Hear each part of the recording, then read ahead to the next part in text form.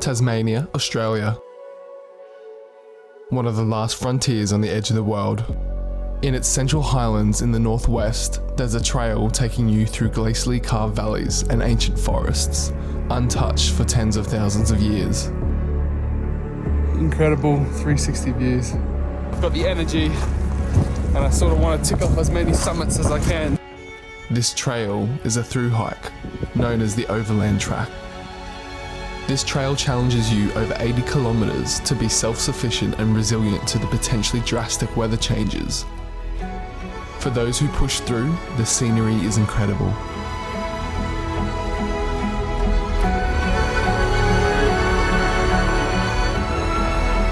So, come with me on this adventure as I take you through Australia's premier Alpine through-hike, the Overland Track.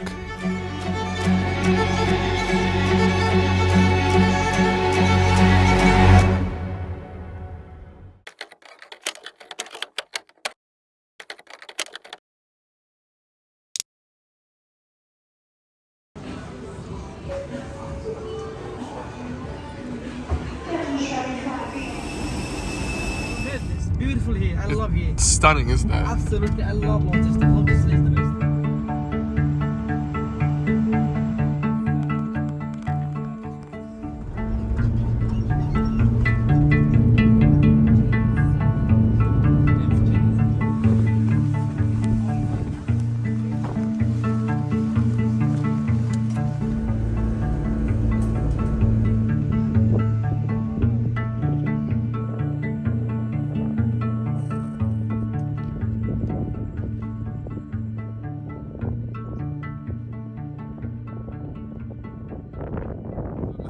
I know it's been quite a bit of time since I uploaded a new hike, but I am finally out in Tasmania hiking one of Australia's premier hikes, the Overland Track, which is around a 90-kilometre point-to-point through hike, starting in Cradle Mountain, which heads up to Lake Sinclair. It's going to take me about 5.5 days to do this. It's normally recommended 6 to 7 days, but yeah, we'll see if we can get through it in a slightly shorter amount of time. So the plan today is to get to the Waterfall Valley huts, which from the trailhead to the huts is around 8.5 kilometers, so quite short, but there are a couple of side trips that I will be doing. One is summiting Cradle Mountain, and then another is potentially summiting Barn Bluff, just depending how I go for time and sunlight. The start of the trail slowly ascends up through Cradle Valley towards the Alpine region that you'll call home for the next few days.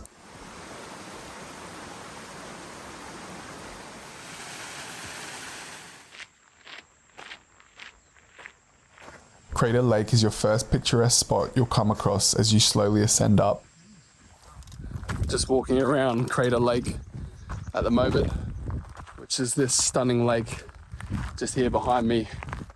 Continue the ascent up to the Alpine Plateau, which sits at about 1,200 metres above sea level.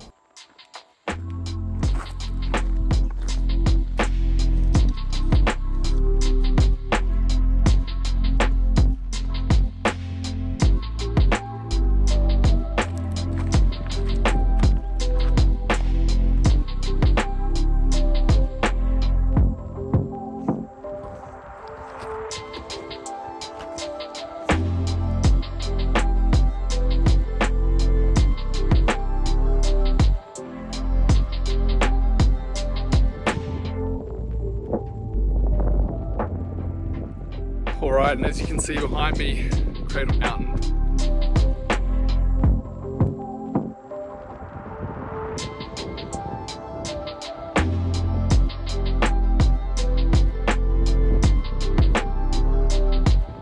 Just heading up to the top of Cradle Mountain now.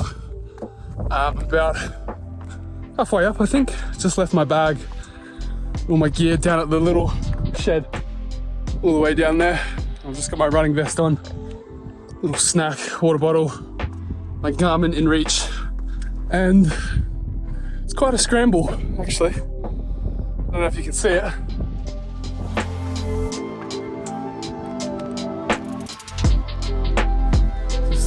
more meters, and then I'll be at the summit.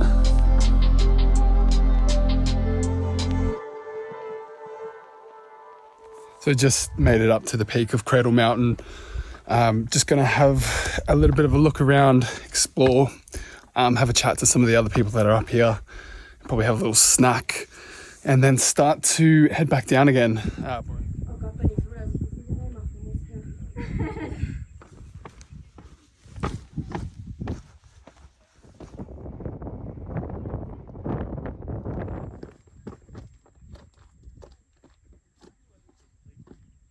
Just at the bottom of Cradle Mountain.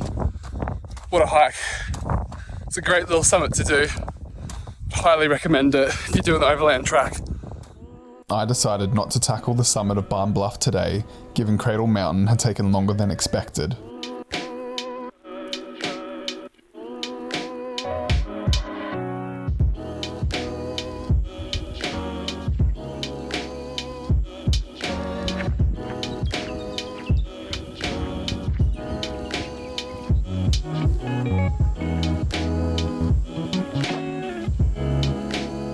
Barn Bluff sticks out as the main landmark as you slowly wander towards the Waterfall Hut campsite.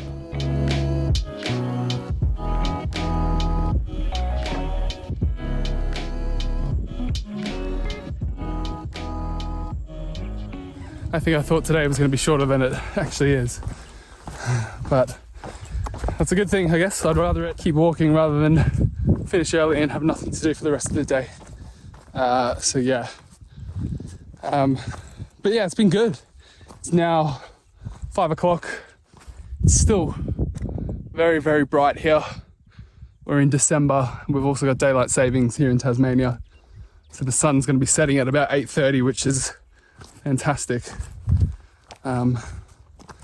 So yeah, still walking on to the waterfall huts. Gonna grab some water as soon as I can. I'm parched. Yeah, and I believe this is Big Bluff. I think that's the name. That's again another one of the side hikes that you can do. Most people do it on the morning of day 2, so that's what I'm going to do. I'm going to save it for tomorrow morning. I'll get up nice and early, take my running vest and go climb it before I start trekking on to tomorrow's hut number 2.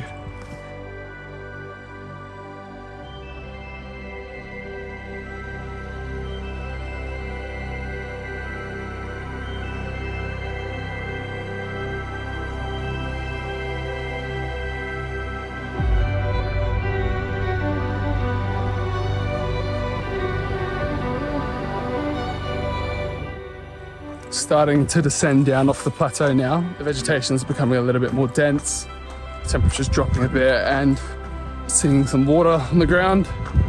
Nothing viable to drink yet, but we finally see those huts just down there. About 5-10 minutes.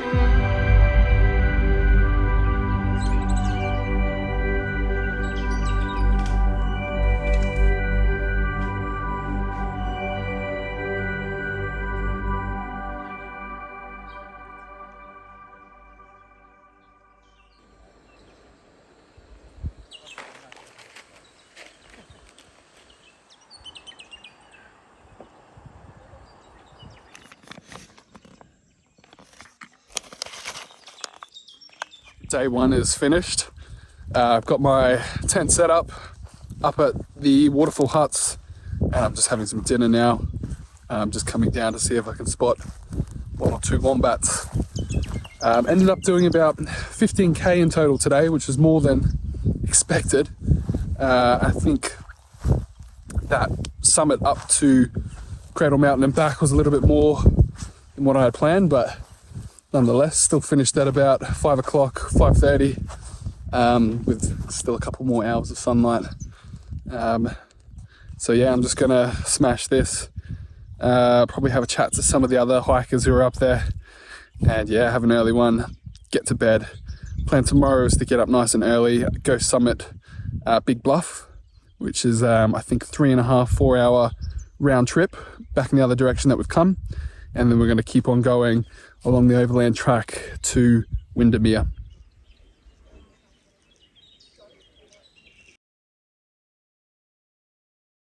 just finishing up breakfast and my coffee, and then I'm going to get hiking up to Barn Bluff, which you can see just up there.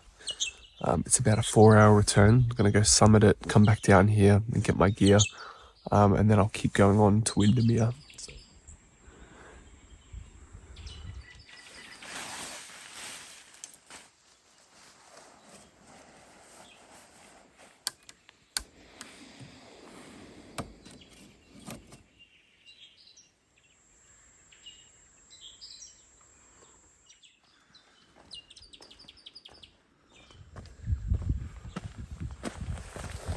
The first one out of camp. Got my running vest on, a few supplies in the back, got about 2.5 litres of water this time, and yeah, weather's looking pretty good. Gonna head up to Barn Bluff.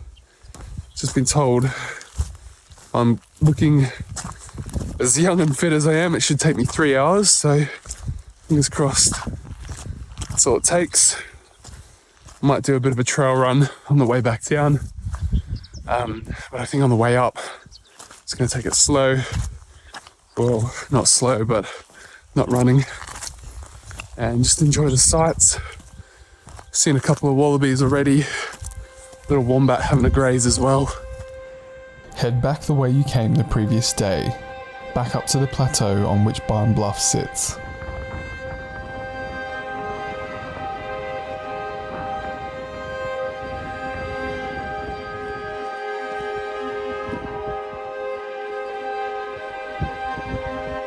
Not a bad view. I'd say I'm about 3/4 of the way up now. Just a little bit more. I think that's a false summit. A bit more on top of that, and then we'll be there.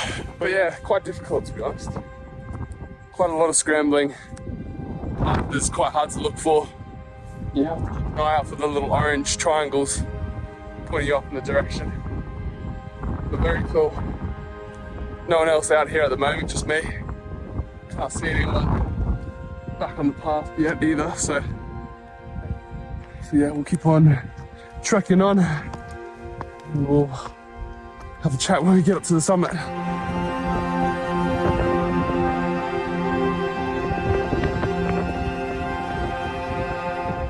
But yeah, here we are on the summit of Barn Bluff.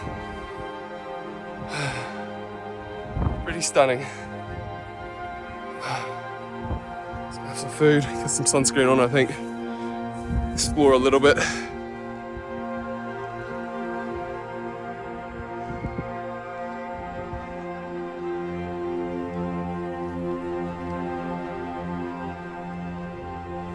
So this is just the gear that I brought up with me.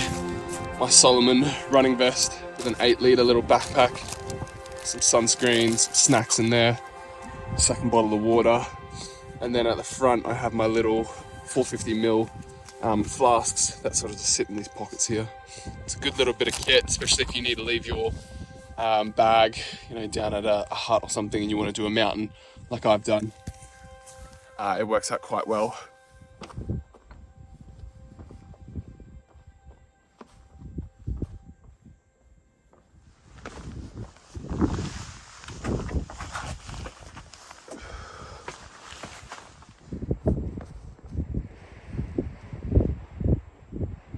Bit of a testament to Tassie's weather. Bit of a rain front. It's just moving through now. Temperature is significantly colder than it was before, and there's a bit of wind. I feel a bit of rain now.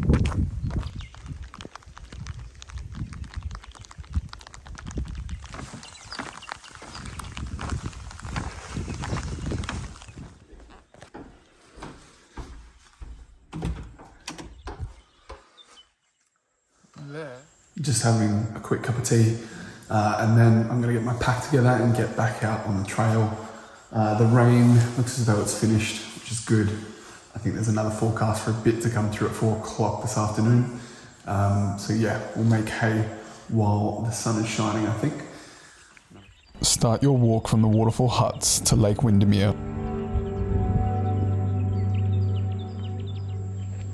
It's It's an easy 9.5 kilometre hike, including the side trip to Lake Will.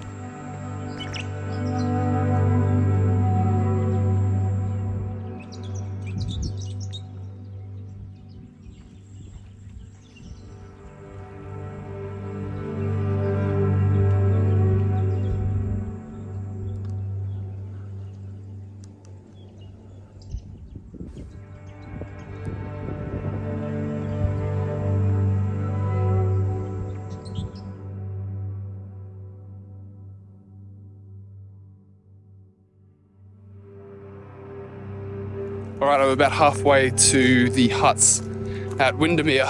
I just passed the turn off to Lake Will, which is over there. Decided not to go down there. Apparently the lake at Windermere is much nicer, and it's a bit warmer as well, so I'll save a swim for once I get in. But just walking across this sort of Alpine plateau at the moment, and it sort of reminds me of walking the West Highland Way just before, I think it's Glenorchy.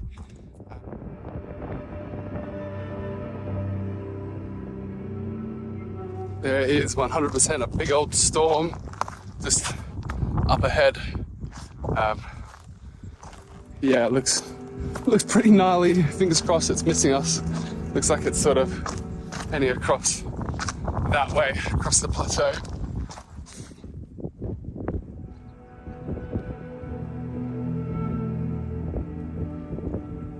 Lake Windermere, just up ahead, so the hut shouldn't be too far away, and I think in a good time as well, considering that this rain front looks like it's going to slowly roll on through.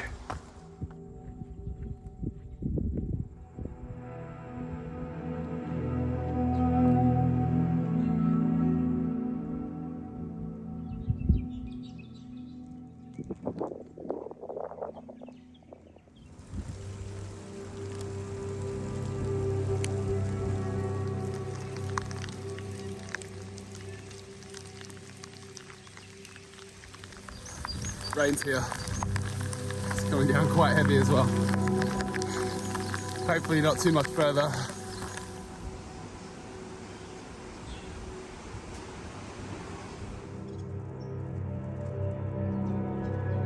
I ended up camping outside on one of the platforms, apprehensive of getting stuck in a room with snorers in the huts.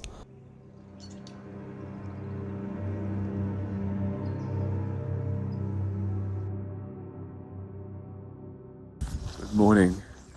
It is day 3 here on the Overland Track. Just woken up.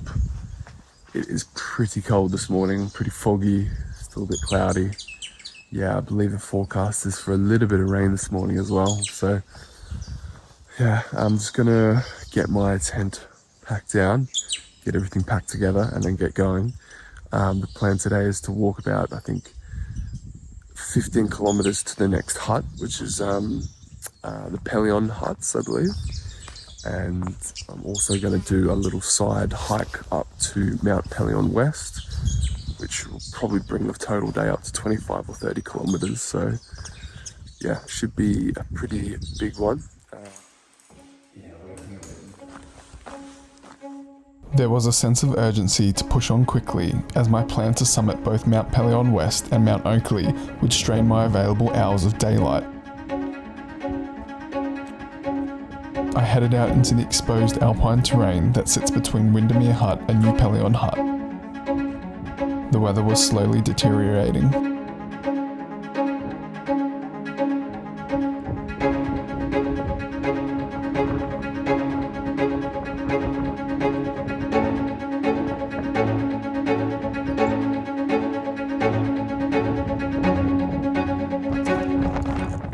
Weather hasn't really improved. There was like a touch of sun before, but that's gone now. And I believe this is Mount Pelion West. Just here, it's covered in cloud. So it's not ideal for climbing, but I feel like I've got fresh legs. I've got the energy, and I sort of want to tick off as many summits as I can. So You'll eventually come to the edge of a forest, which will accompany you for the rest of the day as you begin to walk around the base of Mount Pelion West.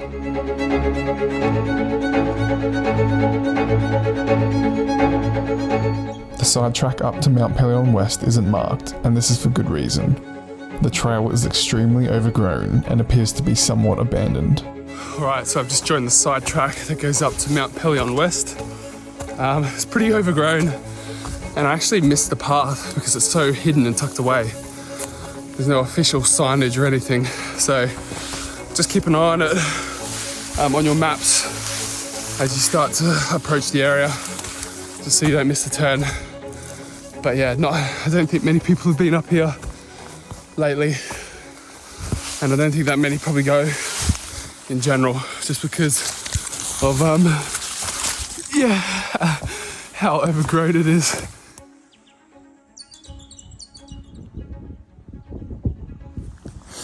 Alright, that was an absolute show coming up through that shrubland of the first section of Mount Pelion West. But just coming out to this clearing now, it's a lot nicer.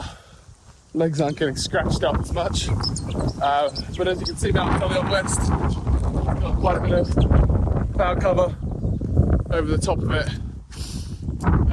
So yeah, just gonna see how far I get.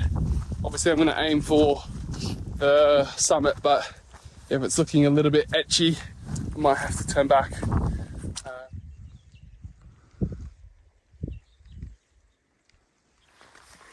Neither the weather nor the track quality improved.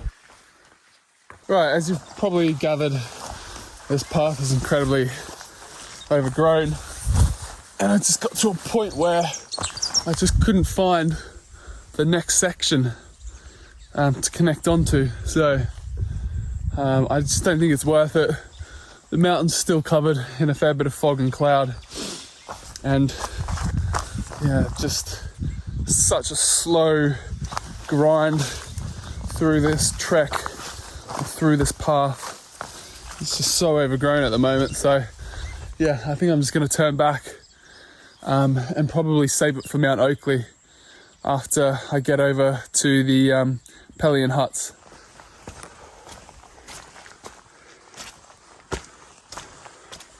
Right, back on the Overland Track now. Got the rucksack. Just gonna smash out these last few, well, I think last 5 to 7k, and yeah, hopefully get in, grab a pitch, get the tent up as quick as I can, and then shoot up Mount Oakley with the running vest, I think. Bit of a disappointment not getting to the top of Pelion West, but like I said, it just wasn't going to be worth it. I was disappointed not being able to summit Mount Pelion West. Given the quality of the path that exists, I wouldn't recommend it as a side hike to anyone else doing the Overland Track.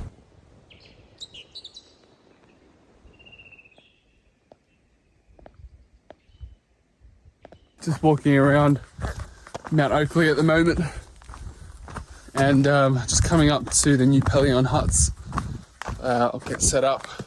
Probably going to have a light late lunch, maybe a tea, and see if there's any other walkers that want to join me, perhaps for a trek up to Mount Oakley. I quickly dropped off my gear, had some food, then set off for Mount Oakley, roughly a 10-kilometre return summit.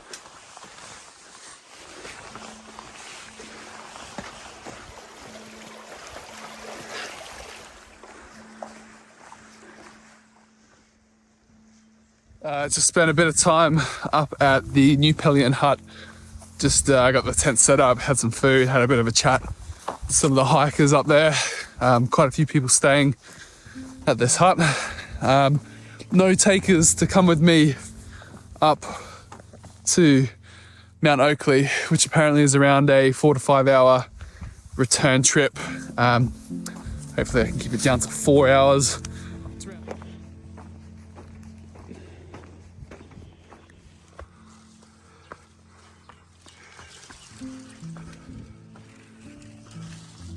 Just come out to the clearing, just starting to approach the plateau. Yeah, just quite nice.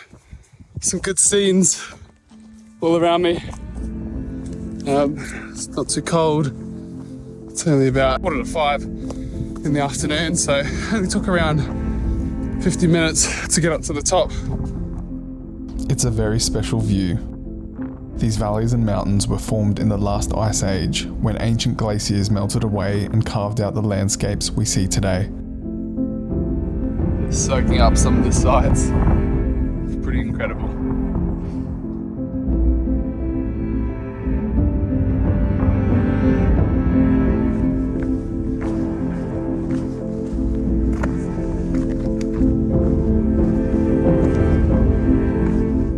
Just starting the descent back down from Mount Oakley now. It's getting a little bit chilly. Saw some amazing sights, saw some amazing views. And yeah, it's going to descend back down. I headed back down to the campsite near the New Pelion huts, had another light bite to eat, and had an early night, feeling slightly more exhausted after the 1.5 summit day. Tomorrow would be another big day, as I would be summiting the tallest mountain in Tassie, Mount Ossa.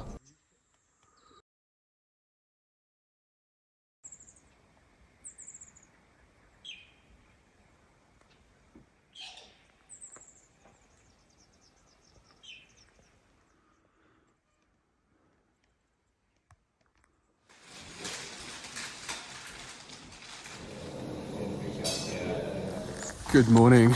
It is day 4 on the Overland Track.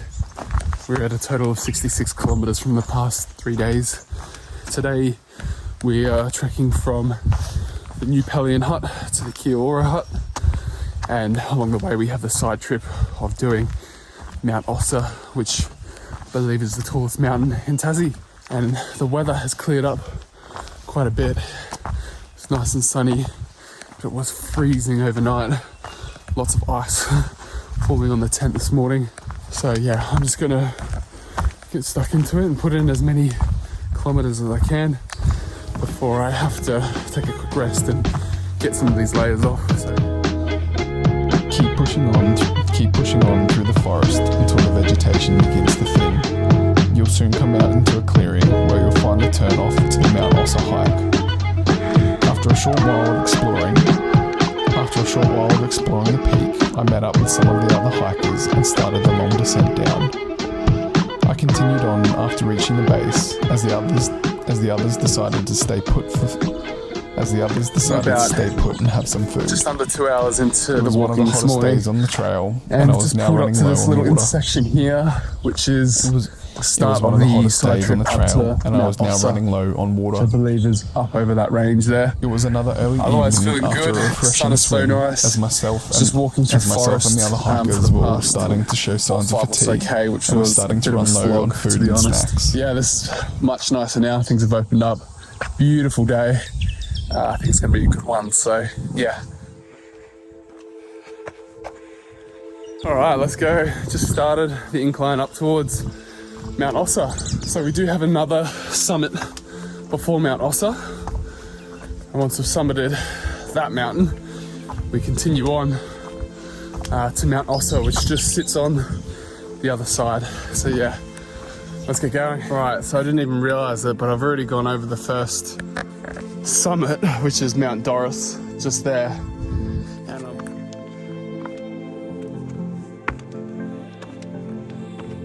probably about halfway up to the top of Mount Ossa, which I think is just here behind me, unless it's a false summit and I need to go further on. But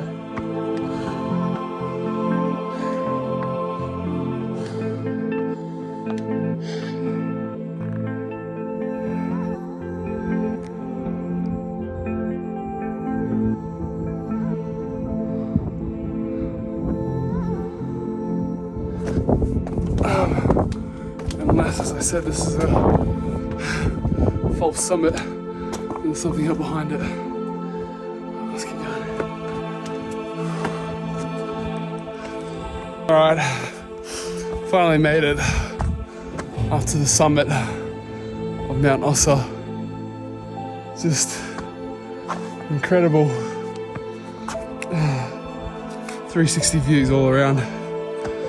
But God, that was challenging. That was tough. I don't know if it's just because I'm a bit fatigued from the past few days, or it was actually a very challenging mountain to climb.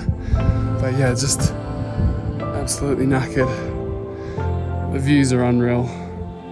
It's a Cradle Mountain, Bun Bluff, Mount West Pelion, and then Mount Oakley.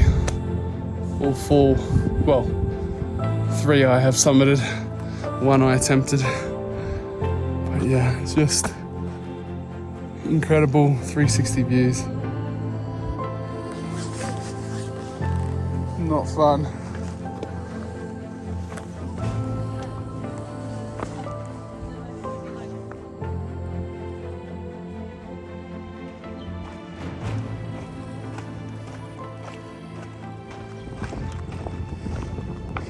Alright, just made it down to the bottom, Mount Ossa, and now taking a trek up to the Kia-Ora hut. Plan is to get in, drop off the bag, have some food, and apparently there's a little swimming hole down there somewhere, so gotta go with some of the other thru-hikers for a bit of a dip. But I am flagging at the moment, struggling a bit after that climb. Yeah, I think it was just accumulation of the last few days. Maybe not enough food getting in, but we shall deal with that.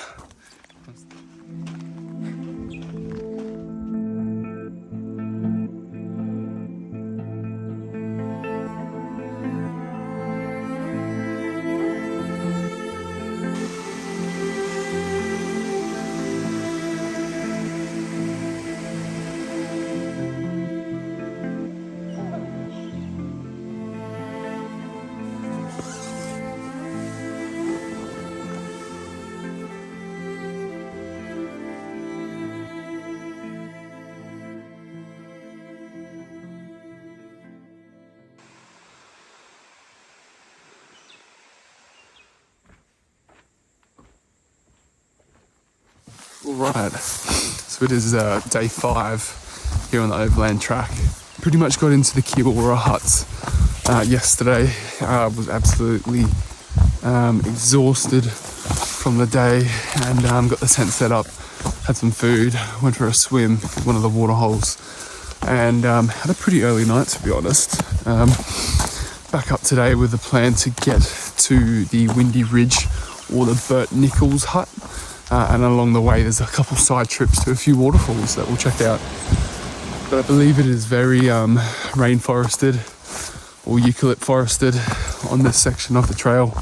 Not a whole lot in terms of views other than the waterfalls, but it should be quite pleasant walking through the forest, and then we should come out to a bit of a gap at some point.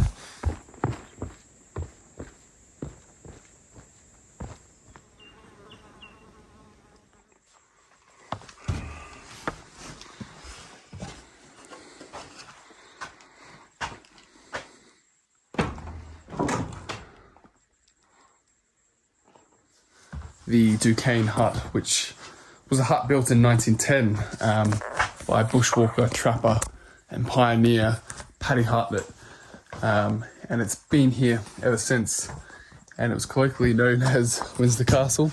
A nice piece of history here up in the Tassie Highlands, so definitely check it out on your way through, write in the journal, and have some food. It's a nice little spot to stop.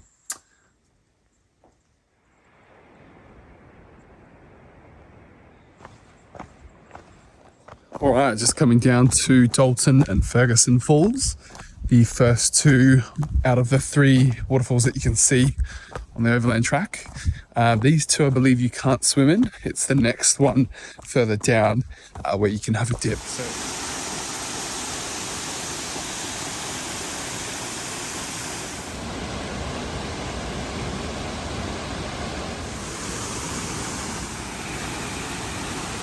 Cool, so just finished up with a nice little swim down at the waterfalls there. Very, very cold, but super refreshing. Now just on the way up to Windy Ridge, also known as the Burt Nichols hut. I'm gonna get in there. I think we've only got another 4 or 5k, but it is all uphill, from where we are now, from those waterfalls, and probably just chill out for the afternoon. Might play some cards with some of the other hikers. There's no other real side trips or summits along the way from where we are now.